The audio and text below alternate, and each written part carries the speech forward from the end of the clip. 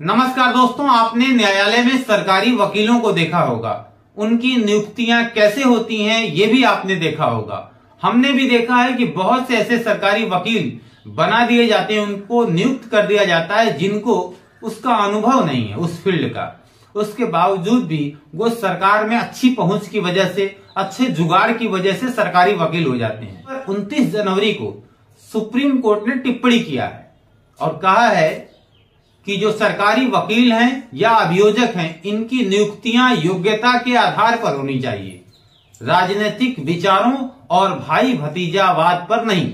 Supreme court ने 29 जनवरी को निर्णय सुनाते हुए कहा कि ये सभी राज्यों के लिए संदेश है कि वो अभियोजकों और सरकारी वकीलों की नियुक्ति करते समय उनकी क्षमता, उनका जो अनुभव है उसका पता लगाए कि वो उस कानून में कितनी दक्षता रखते हैं, कितनी क्षमता है, क्या उनकी पृष्ठभूमि है, इसका पता लगा के ही उनकी। अदालत ने पंजाब एवं हरियाणा हाई कोर्ट के समक्ष एक आपराधिक अपील में लोक अभियोजक द्वारा दी गई असंतोषजनक सहायता को ध्यान में रखते हुए ये टिप्पणी की, जिसके कारण आरोपी को अवैध सजा सुनाई गई।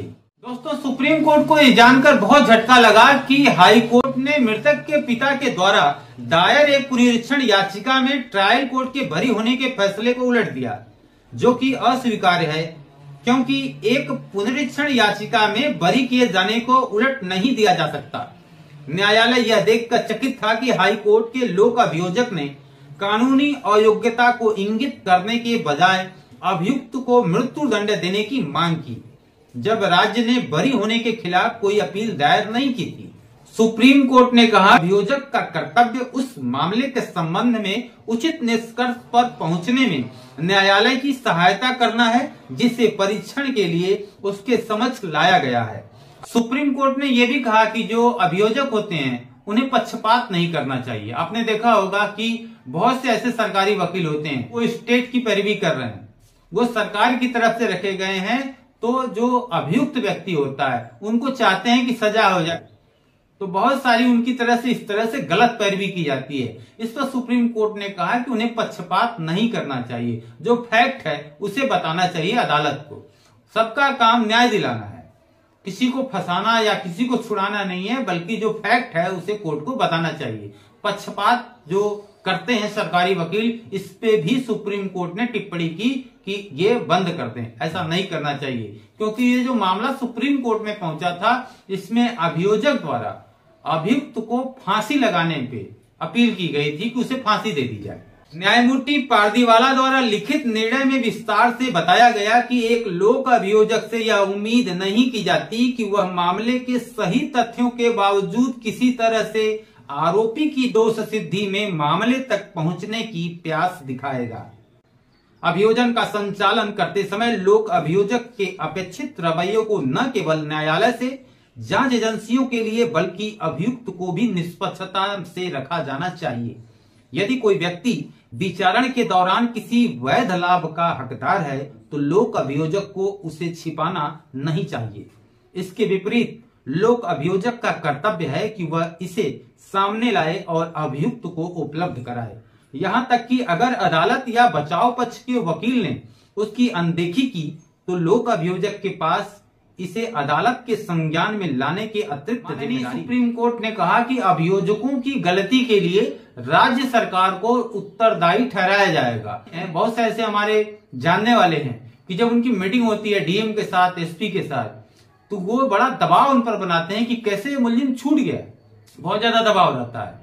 अब उन्हें भी इस बात को जरूर सोचना चाहिए कि काम जो अभियोजक है, जो सरकारी वकील है या कोई भी वकील है या प्राइवेट काउंसिल है, उस सबका काम है न्याय दिलाना, फाइल में न्याय करना। अधिकारी भी वही करते हैं और जो डिफेंस लॉयर होते हैं या प्रोसिक्यूशन के होते हैं, सबका काम न्याय दिलाना है कि उस फाइल में न्याय हो, उस व्यक्ति के साथ न्याय हो। किसी को फांसी चढ़ाना या किसी को छुड़ाना, किसी को सजा दिलाना नहीं होता है।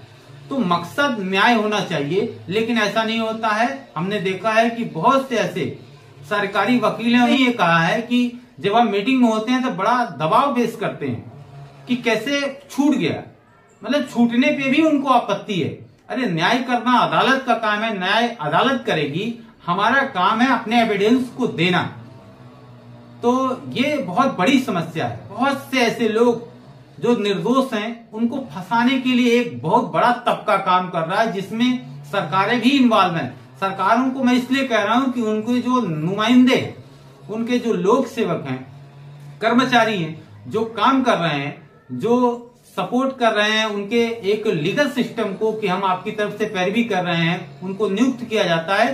तो सही कहा था सुप्रीम कोर्ट ने कि जो सरकारी वकील होते हैं, जो अभियोजक होते हैं, इनकी जो नियुक्ति हो इनकी योग्यता के आधार पे हो, भाई भतीजा के आधार पे नहीं हो। इनकी जरूर योग्यता की जांच कर लेनी चाहिए कि क्या इस काबिल है या नहीं है। अगर नहीं है तो नहीं होना चाहिए। मैंने बहुत से ऐसे वकीलों को देखा है जो सरकारी वकील के तौर पे काम कर रहे हैं, सरकार में अच्छी पहुंच है, पहले तहसील में काम करते थे, कोई उनको अनुभव नहीं है, आज वो सेशन ट्रायल को फेस कर रहे हैं, सेशन ट्रायल में अपनी बहस कर रहे हैं। तो राम भरोसे नहीं चल पाएगा। इस सिस्टम को सही रखने के लिए और सही व्यवस्था सही लाइन पे चले तो एक सिस्टम बनाना पड़ेगा। बहुत अच्छा टिप्पणी किया है और सारे राज्यों के लिए एक निर्देश भी दिया है सुप्रीम कोर्ट ने। इस तरह की और वीडियो देखना चाहते हैं तो प्लीज चैनल को सब्सक्राइब जरूर करिएगा। अगर आपका कोई कमेंट होगा तो कमेंट सेक्शन में जाके कमेंट जरूर करिएगा। धन्यवाद।